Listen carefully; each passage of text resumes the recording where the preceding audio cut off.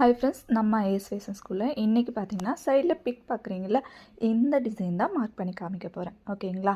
மேலேருந்து 2 inch mark பண்ணிவிட்டு ஒரு 1/4 இன்ச்சு ஒரு பாயிண்ட்டுக்கு. ஓகேங்களா? நான் இப்போ வரைகிற மாதிரி ஷேப் கொடுத்துக்கோங்க. அதுக்கப்புறம் அதில் ஸ்கேலப் நம்ம ட்ரா பண்ண போகிறோம். இந்த ஸ்கேலப் எப்படி மார்க் பண்ணுங்கிற வீடியோ ஏற்கனவே இன்ஸ்டாவில் போஸ்ட் பண்ணியிருக்கேன், செக் பண்ணி பார்த்துக்கோங்க.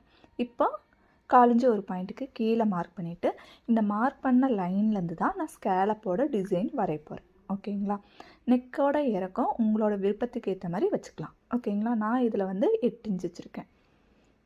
நெக்ஸ்ட் பார்த்தீங்க அப்படின்னா ஸ்கேலப் அப்படி ட்ரா பண்ணதுக்கப்புறம் கேன்வாஸில் நம்ம இதை ட்ரா பண்ணணும். ஓகேங்களா? இப்போ கேன்வாஸ் ஷீட்டை ஃபோல்ட் பண்ணி எடுத்துக்கோங்க. ஃபோல்டிங்க்கு நடுவில் நம்ம ட்ரா பண்ண அந்த லைனிங் ஃபேப்ரிக்கை வச்சுக்கோங்க.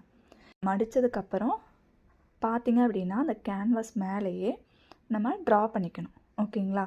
நம்ம லைனிங் வரைஞ்ச அந்த லைன் அப்படியே தெரியும் ஒயிட் கலர் கேன்வாஸில். ஓகேவா? ஸோ ட்ரா பண்ணியாச்சு. ட்ரா பண்ணதுக்கு அப்புறமேலு எக்ஸ்ட்ராவாக 1.5 இன்ச்சஸ் விட்டு நம்ம கட் பண்ணணும். நெக்ஸ்ட் பார்த்தீங்க அப்படின்னா மேலே இந்த இடத்துல ஒரு 1 இன்ச்சு விட்டுட்டு அதுக்கப்புறம் கட் பண்ணிக்கோங்க. ஓகேங்களா? இப்போது நம்மளோட லைன் இதுதான். இப்போ கட்டிங் இது. ஸ்டிச்சிங் நம்ம என்ன பண்ணுவோம், உள்ளே தானே 1/4 இன்ச்சு ஒரு பாயிண்டில் நான் ஸ்டிச் பண்ண போகிறேன். அந்த ஸ்டிச்சிங் லைனை நான் மார்க் பண்ணிக்கிறேன். ஓகேங்களா? குட்டி குட்டியாக டாட்டடாக போட்டுக்கோங்க. ஓகேங்களா? இந்த இடத்துல நம்ம கட் பண்ணணும். ஓகேங்களா? நான் கட் பண்ணுற மாதிரியே கட் பண்ணி எடுத்துக்கோங்க. ஓகேவா?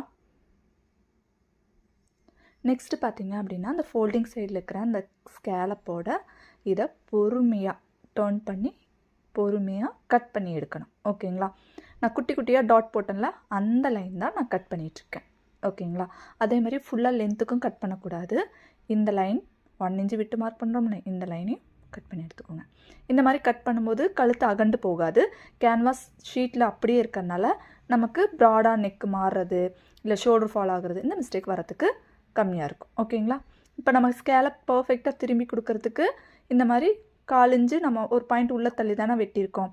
இப்போ அடித்து திருப்பும்போது பர்ஃபெக்டான ஃபினிஷிங் கொடுக்கும். கேன்வாஸோடு சேர்த்து திருப்பும்போது அந்த ஸ்கேலப்போட பெண்டு கரெக்டாக ஈவனாக கிடைக்காது. அதுக்காக தான். ஓகேங்களா? சென்டர் கரெக்டாக மார்க் பண்ணிவிட்டு இந்த கேன்வாஸ் ஷீட்டை பர்ஃபெக்டாக அயர்ன் பண்ணிக்கோங்க.